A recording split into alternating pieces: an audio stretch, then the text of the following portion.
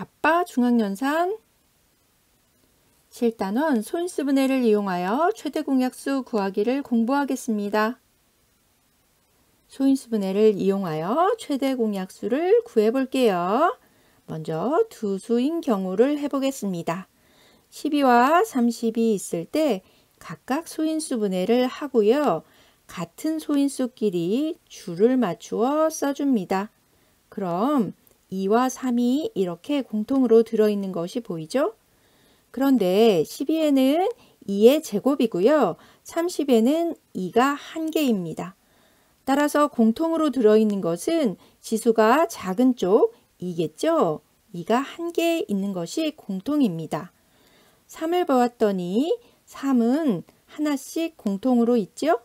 따라서 3도 최대 공약수에 넣을 수 있습니다. 하지만 5는 30에만 있는 수이니까 넣어서는 안 됩니다. 공통으로 들어있는 것이 2 하나, 3 하나니까 두 개를 곱해서 6으로 최대 공약수를 구할 수 있습니다. 세수인 경우를 보겠습니다.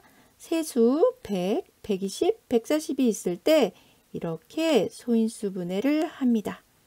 그런데 앞에서와 같이 같은 소인수끼리 줄을 맞추어 써주는 것이 최대 공약수 구할 때 훨씬 편리합니다.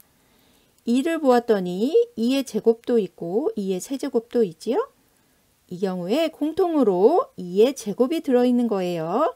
지수가 작은 것을 선택해야 합니다. 따라서 최대 공약수를 구할 때 2의 제곱을 써주고요. 그런 다음 3은 120에만 있는 것이니까 넣어서는 안 되고요.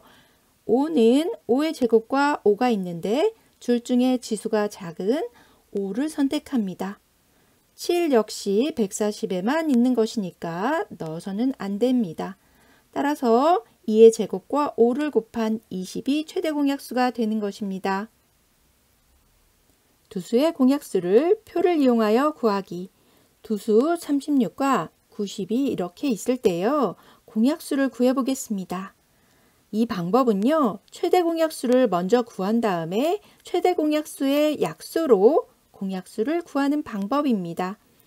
36을 소인수 분해했더니 이렇게 되고 90을 소인수 분해하였더니 이렇게 되었습니다.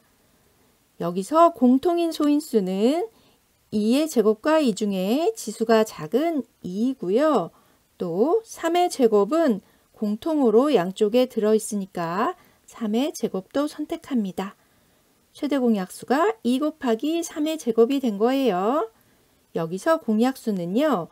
2의 약수를 세로에 넣고요. 3의 제곱의 약수를 가로에 놓습니다. 그런 다음 각각 만나는 두 수를 곱해서 만나는 곳에 수를 써주면 됩니다.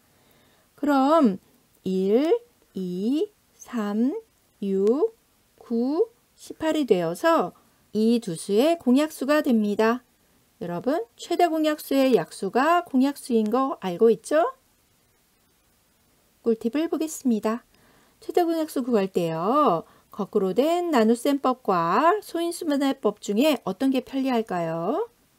일반적으로 문제에서 소인수 분해로 된 숫자가 주어지면요. 소인수 분해 이용하는 것이 편리하고요. 소인수 분해가 안 된 숫자로 주어질 때는 거꾸로 나눗셈법이 편리합니다.